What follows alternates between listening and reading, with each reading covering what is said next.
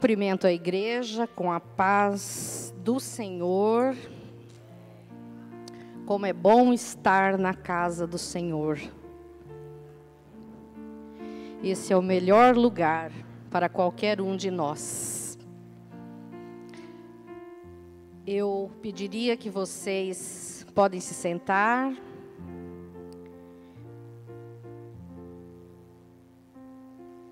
E vamos hoje falar de um tema que é uma das histórias que está entre as mais belas da Bíblia, né? Está em Marcos 2. Vamos ler todinho, de 1 a 12, ele é bem curtinho. Vamos antes fazer uma oração para que o Espírito Santo continue falando conosco. Curvemos nossas cabeças, por favor, vamos orar. Senhor, nosso Deus, poderoso Pai, eu te agradeço, Senhor, pelo privilégio de poder trabalhar na sua seara, de poder falar dos seus feitos, de pregar a sua palavra. Senhor, ó meu Jesus, continue falando conosco nesta noite. Envia o seu Espírito Santo, que não seja eu a falar, mas sim que ele fale pelos meus lábios. Que o Senhor possa tocar os corações, que essa palavra possa trazer refrigério, possa trazer reflexão, possa trazer mudança de atitude aos seus filhos. Eu te agradeço, em nome de Jesus, que eu seja diminuída e o Senhor seja exaltado. Amém.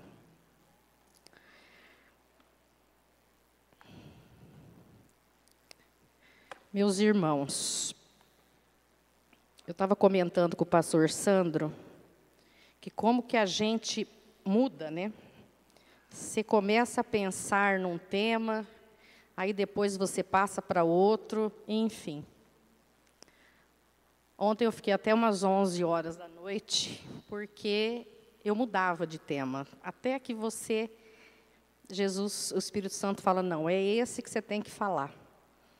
E eu acho que no momento desse que nós estamos passando, em que nós somos tão provados na fé, esse é um tema especificamente de fé e de perdão.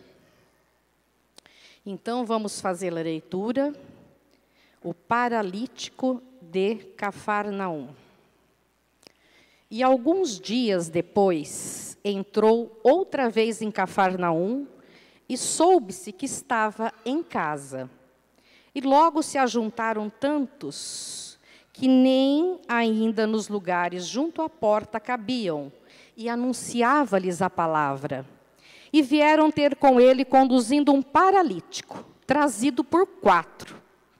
E não podendo aproximar-se dele por causa da multidão, descobriram o telhado onde estava, e fazendo um buraco, baixaram o leito em que jazia o paralítico.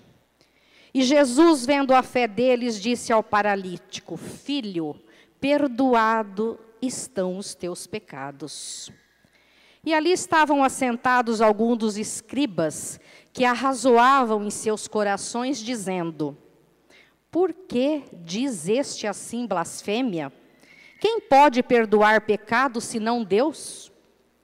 E Jesus, conhecendo logo em seu espírito que assim arrazoavam entre si, lhes disse, por que arrazoais sobre essas coisas em vossos corações?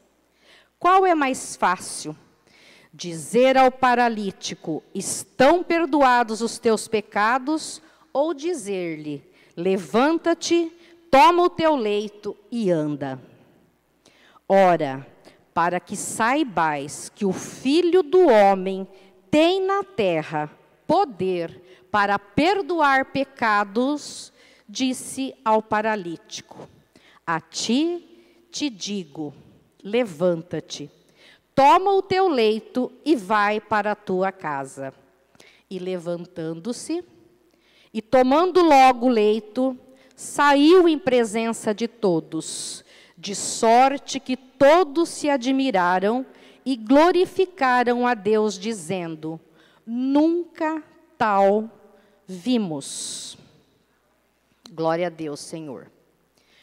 Meus irmãos, a cura do paralítico de Cafarnaum, como eu disse, ela está entre as histórias, entre tantas, mais importantes na vida de Jesus Cristo, pois é uma passagem reveladora da natureza divina do Mestre e da compaixão que ele sentia daqueles que sofriam alguma enfermidade, como esse paralítico de Cafarnaum. Jesus também demonstrou que era profundamente tocado no seu coração por atitudes de fé, como a desses 4 amigos que desceram o paralítico pelo telhado.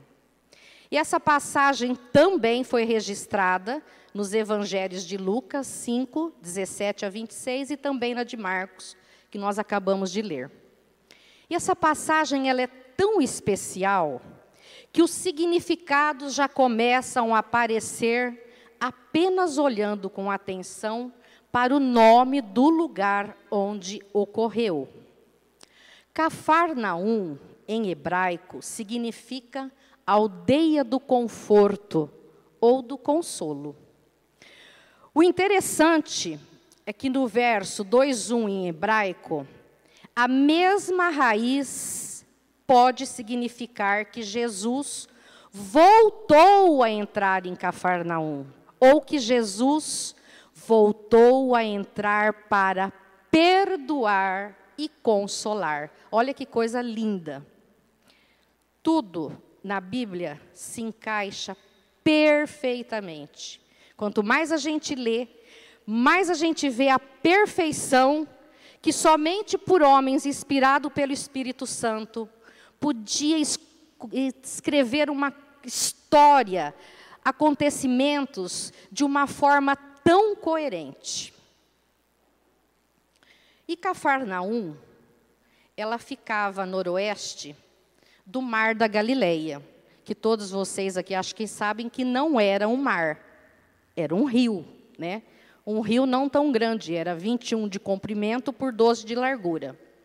Mas era um rio que é citado o tempo todo na Bíblia, né? O Mar da Galileia, o Mar da Galileia. E é aí que Jesus está neste dia.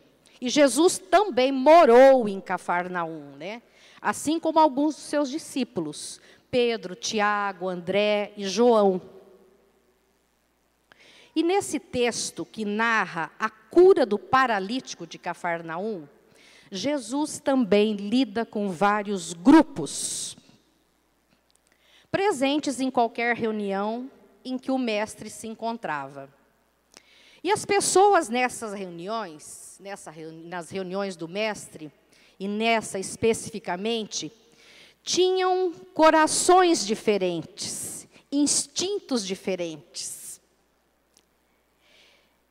E naquele dia, muitos que foram para ouvir a palavra de Deus, que queriam ouvir de bom grado algo novo da parte de Deus, eles tinham sede e fome da palavra de Deus, e as guardavam no coração. Mas nem todos. Havia os convidados por amigos, parentes e familiares. Eram incentivados a ouvir a palavra de Deus. Acontece isso nos dias de hoje, não? Quantas pessoas só vão a uma reunião por muito esforço? Vemos aqui o exemplo da igreja hoje. Todos nós temos a oportunidade de estar aqui. Todos nós somos chamados. Mas poucos têm essa sede da palavra de Deus. Essa é a triste verdade. E não vamos falar, por causa da pandemia. Sim, também. Temos idosos aqui, pessoas de risco. Mas se a gente for ver, temos também uma grande parte que não são do grupo de risco. E que se nós formos ver, poucos de nós foram ou fomos contaminados. Acho que vocês sabem, muito pouco fomos contaminados, né, pastor Sandro? Na igreja. E nós temos um espaço tão grande. E eu vejo que não existe essa sede de estar na casa de Deus. Nós ficamos 20 dias, um mês afastado, 20 dias. E eu ouvia os cultos online e eu dizia para o meu marido, não é a mesma coisa. Não é a mesma coisa, gente. É como você estar longe da sua família. Não é a mesma coisa. Hoje eu fui almoçar com a minha família, com meu irmão, que fazia 6 meses que a gente não sentava para comer. Como é bom conviver com quem a gente ama, com quem nos ama. Então é tempo de reflexão. Nós temos a liberdade de estarmos aqui adorando o Senhor, coisa que não existe em outro país. Existem pastores sendo incendiados na China por estarem pregando a palavra de Deus. Então eu fico pensando, o que será que Deus acha? Será que nós estamos aprendendo alguma coisa nesse período tão difícil? É uma coisa para se pensar. E foi justamente essa fé perseverante, que injeta ânimo nas pessoas, que se preocupa com o outro, que fez com que esses 4 amigos tomassem uma providência. E ao ouvirem que Jesus estava numa casa, decidiram levar o amigo, o paralítico, na presença do mestre. Mas era um grande esforço, um desafio, chegar até Jesus. Porque existia uma grande multidão que bloqueava qualquer passagem, qualquer entrada. E como levar um paralítico se naquela época não tinha cadeira de rodas? Você vai com a cadeira de rodas, né? Meu pai usou muito tempo, você vai abrindo espaço. Mas e ali? Naqueles espaços apertados? Não tinha como descer. Mas esses homens possuíam um dos bens mais preciosos. Está entre os bens preciosos que nós podemos alcançar neste mundo, que é a verdadeira amizade. Esse também é um dos pontos que se destaca nesse texto. E aqui eu quero fazer uma reflexão com vocês. Que tipo de amigos, em que tipos de amigos nós temos investidos? Quem são os vossos amigos? Os nossos amigos? Que tipo de amizade nós temos procurado? Será que os que se dizem seus amigos, nossos amigos, contribuem para o seu crescimento espiritual? Tem uma palavra de positividade, de fé, que coloque em Deus em primeiro lugar na sua vida e que não medirão esforços para te auxiliar numa necessidade. Que tipo de amigos os teus filhos têm? Vocês têm procurado saber, investigar quem são os amigos dos teus filhos? Isso é muito sério, gente. E a amizade, eu estava comentando isso com meu marido, a amizade é fácil de fazer. Tem gente que tem mais facilidade, né? O Jorge fala que se eu sentar perto de alguém, eu já começo a perguntar nome, endereço, o que está fazendo. É da gente mesmo, né? Mas, gente, fazer amigo é uma coisa, colegas. Alimentar e conservar a verdadeira amizade é difícil. Demanda tempo, demanda cuidado, demanda regar, demanda alimentar, conservar. Não precisa estar todo dia junto. Eu tenho amigos de 20, 30 anos, onde eu fui criada em Clementina, que a gente se fala por WhatsApp. E quando a gente vê uma mensagem, aquilo aquece o coração da gente. E quando a gente manda uma mensagem para um amigo, para uma amiga, e você vê que este amigo visualizou, mas não respondeu, eu tenho certeza que vocês ficam chateados, porque eu fico.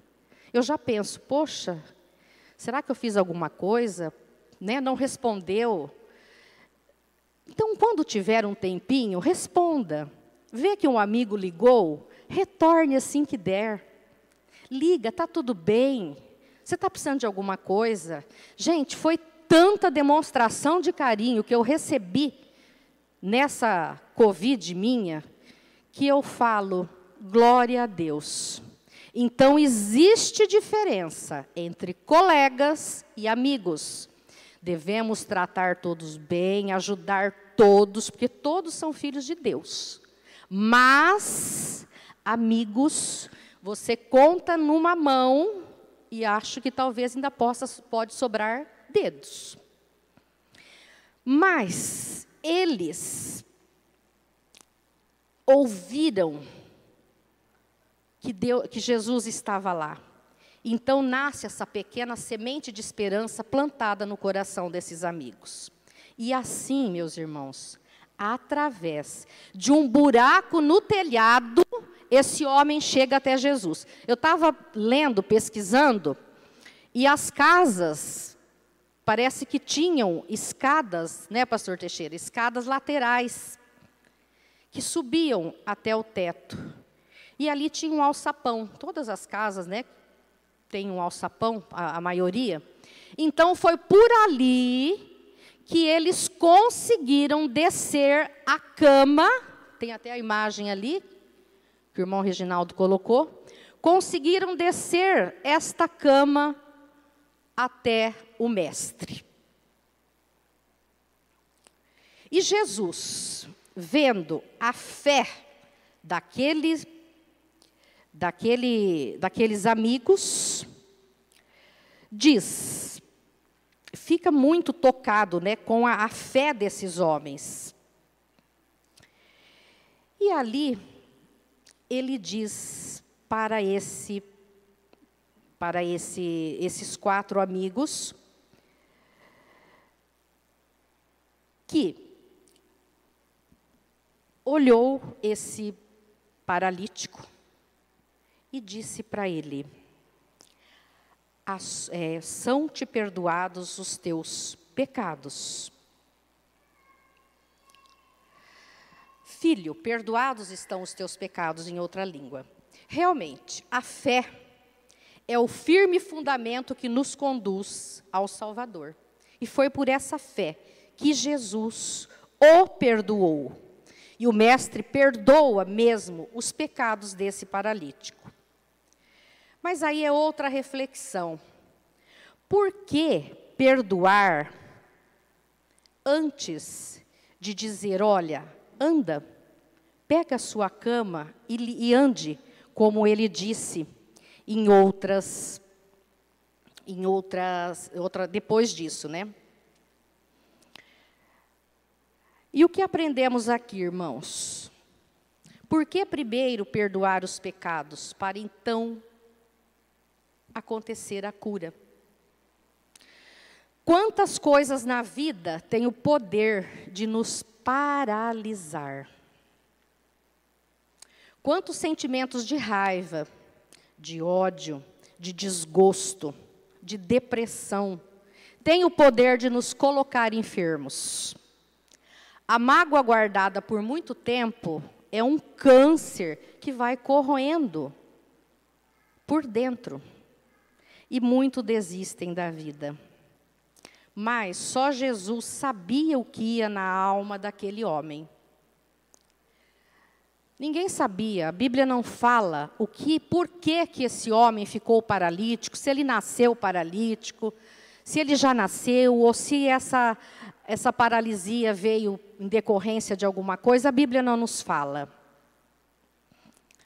Mas nós temos visto muita gente que desenvolveu câncer por mágoas. Muita gente que tem úlcera por ansiedade. Muita gente que tem uma série de doenças por conta de somatizar aquilo que você tem no teu coração. Isso tem que sair de alguma forma, né? De alguma forma, isso tem que sair. E muitos desistem da vida. Daí a grande quantidade de suicídio que nós vemos hoje. Mas Jesus entendeu também, ele sabia que aquele homem precisava de uma libertação. Ele tinha que ser libertado, perdoado, antes de ser curado. E eu digo que isso também aconteceu comigo. Eu precisei ser tratada, quebrada, perdoada, para depois ser curada. E normalmente é isso que acontece. Porque veja bem, se você tem uma mágoa muito grande de alguém, rancores, ódio,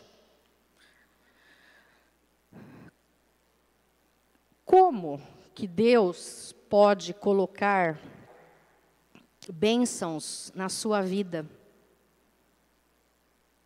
Ele até coloca, mas você tem que refletir.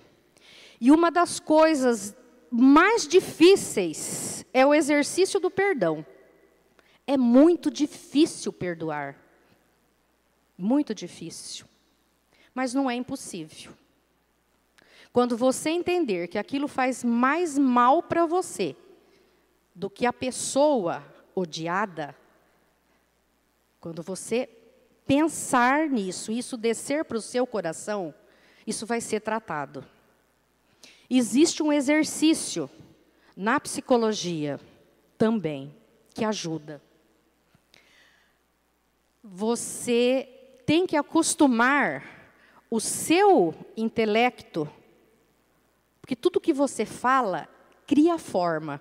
Quando você pensa uma coisa, aquilo vai ganhando forma. Chama-se pensamentos forma. Então você começa a pensar, a orar. Eu te perdoo, fulana, fala o nome. Eu te perdoo, fulana.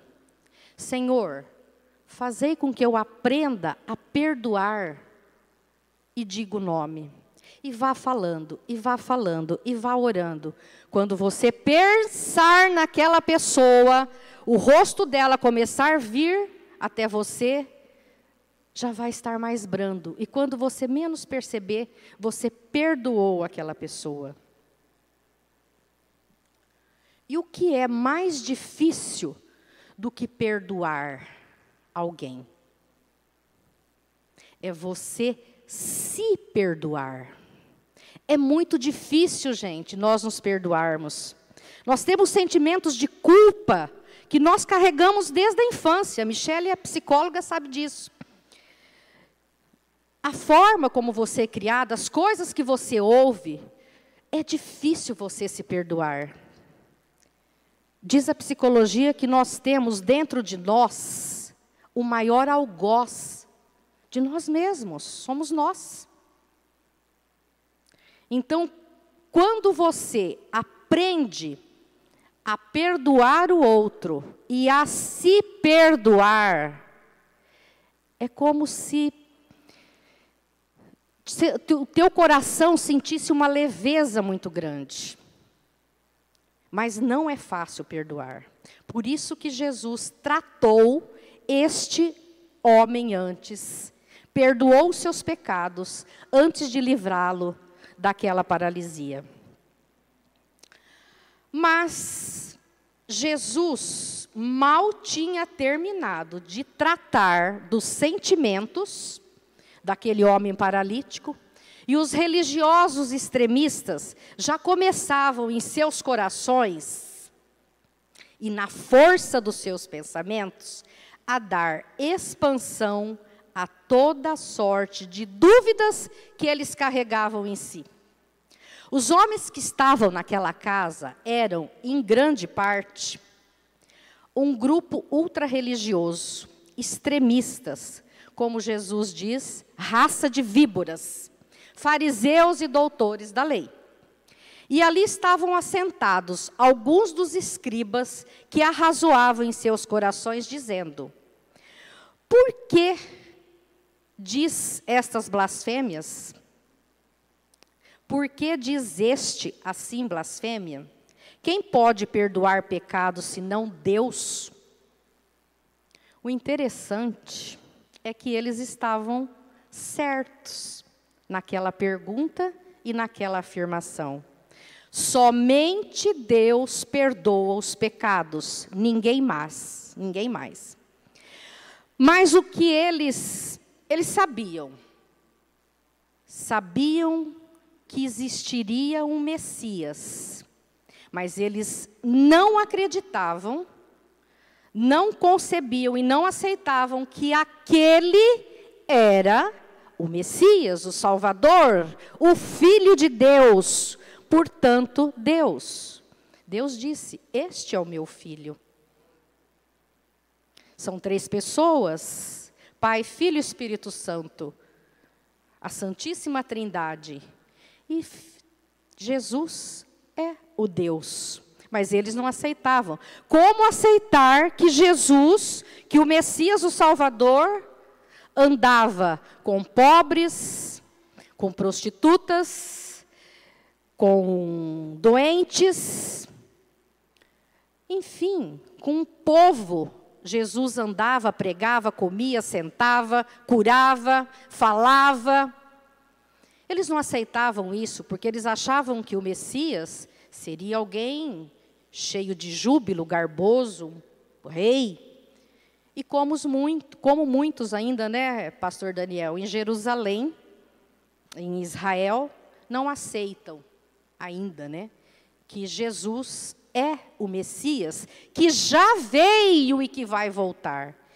Então, eles diziam assim: como este pode perdoar, se somente Deus tem este poder? E é por isso que Jesus, quando disse, perdoados estão os pecados, ele usa os termos Beni, Nislehu, Lerá, Hataerra, que o pastor Daniel, que é o craque no hebraico, né? Eu estudei para falar isso para vocês. Ou seja, meu filho, os teus pecados foram perdoados. O que fica claro aqui, irmãos, é um verbo que Jesus usa em hebraico, que somente é usado por Deus, seu Pai. O verbo salar, que lê salar, é encontrado 48 vezes no Antigo Testamento, segundo as fontes, viu? E foi usado apenas para referir-se ao perdão divino. É uma palavra usada somente por Deus.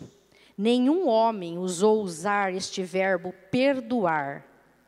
E quando Jesus utiliza esta palavra, estava se declarando Deus.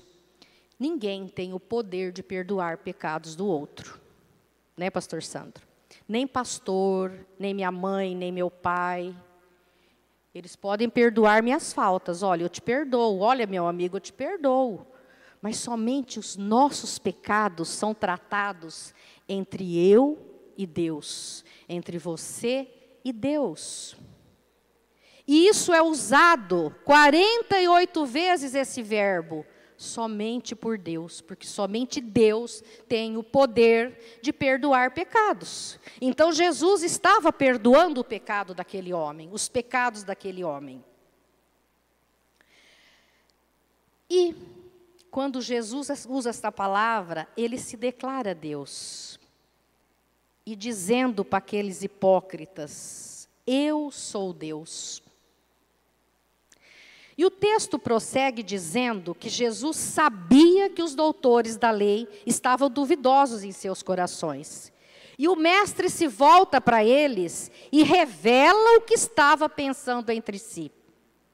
Veja bem, o que se destaca aqui? O perdão, a amizade e a natureza divina de Deus, que é onisciente, lê os pensamentos daqueles hipócritas, daqueles doutores da lei, acima de tudo. E ele diz: por que arrazoais sobre estas coisas em vossos corações? Né, lá em Marcos 2:8. E novamente ao dizer que sabia o que se passava no coração dos homens de Cafarnaum, Jesus estava se identificando como o Deus de Israel. Porque somente Deus conhece o que vai no coração humano. Em 1 Reis 8:39, ele diz assim: ouve tu, então nos céus, assento da tua habitação, e perdoa e age, e dê a cada um conforme a todos os teus caminhos, e segundo vires o teu coração. Porque só tu conheces o coração de todos os filhos dos homens. Então, Jesus, Luciene, é Deus. É o nosso Deus. É aquele que lê o que eu tenho de mais escondido. Não adianta fazer, pensar, coisa escondida de Deus. Não adianta. Ele sabe tudo, tudo. Mas na oração, Deus gosta que a gente fale para Ele. Senhor, pequei, fiz isso, me perdoa. E Ele é Pai para perdoar. Mas também temos que ter cuidado, porque muitas vezes nós cometemos o pecado, pedimos perdão, dali um pouco nós estamos pecando novamente, né? Então o perdão é você ter consciência e procurar não errar mais. É isso que Deus espera de nós. E se alguém tinha alguma dúvida sobre a identidade daquele em cuja presença eles se encontravam, Jesus toma uma ação para acabar com ela de uma vez por todas. E para que saibais que o Filho do Homem tem na terra poder para perdoar os pecados, disse ao paralítico: a ti te digo, levanta-te, toma o teu leito e vai para a tua casa. Isso merece um glória a Deus e uma aleluia mesmo, né? E assim, ele cura o paralítico de Cafarnaum. E mais importante, perdoa os seus pecados. E esse homem tem uma nova chance de vida digna, né? De vida sem depender do outro, né? De vida independente. E ele prova que ele era Deus, que ele é Deus. E ele foi glorificado naquele dia e na história de Israel. Nenhum deles resistiu. Nenhum dos que estavam lá, dos que duvidavam que ele era Deus, que ele era o Messias, aliás. Eles ficaram calados, pois a glória do Senhor Jesus foi manifestada naquele dia, diante dos olhos de todos, para acabar com a dúvida de quem ele era. E o ex-paralítico levantou-se e, tomando logo o seu leito, saiu na presença de todos, de sorte que todos se admiravam e glorificavam a Deus, dizendo: nunca a tal vimos. Ou seja, nunca vimos tal coisa, né? Mas com tudo isso, com todas essas evidências e provas, contra fatos não há argumentos, não adiantou, né? E aí, concluindo, meus irmãos, para terminar, dessa forma, o Filho de Deus mostra que qualquer que for o seu pecado, Qualquer que seja a sua culpa, não permita que isso cresça e domine a sua vida. Aproxime-se de Deus. Venha até Ele como você está. Não espere você se sentir digno de Deus para procurá-lo, porque nós não seremos nunca. Venha como você está, não importa o seu pecado. Venha para Deus, venha para a igreja, leia a sua palavra, se achegue em Deus. Espere o seu milagre, espere a sua vitória. Porque quem está debaixo da palavra de Deus, isso é líquido e certo. Você que pede a Deus pela salvação ou pela libertação de uma pessoa, mesmo que isso pareça depender de um milagre, você que pede pelo teu filho, pelo teu pai, pela tua família, pelo seu marido, por alguém que está envolto, imerso em drogas, continue batendo na porta de Deus. Continue pedindo insistentemente. Isso só vai deixar de acontecer se não for a hora certa ou se não for ainda alinhado ao propósito de Deus. Por isso que nós temos que ter paciência. Lembre-se que Jesus curou aquele homem vendo a fé daqueles que baixaram o paralítico em Cafarnaum pelo telhado. Portanto, não desista. Continue firme em sua fé, porque todo esforço seu será recompensado. E, rapidamente, nós temos falado em fé, em provação de fé, nesse momento de pandemia. Eu acho que a nossa fé está sendo provada durante todo este ano. Eu acho não, tenho certeza e sei que vocês concordam comigo. Nenhum homem na face da terra, nem os maiores cientistas, as cabeças pensantes, os grandes infectologistas do mundo, não conseguiram ainda deter um bichinho microscópico. Acabou com o mundo, tirou a liberdade de todo mundo, trancafiou-nos dentro da nossa casa,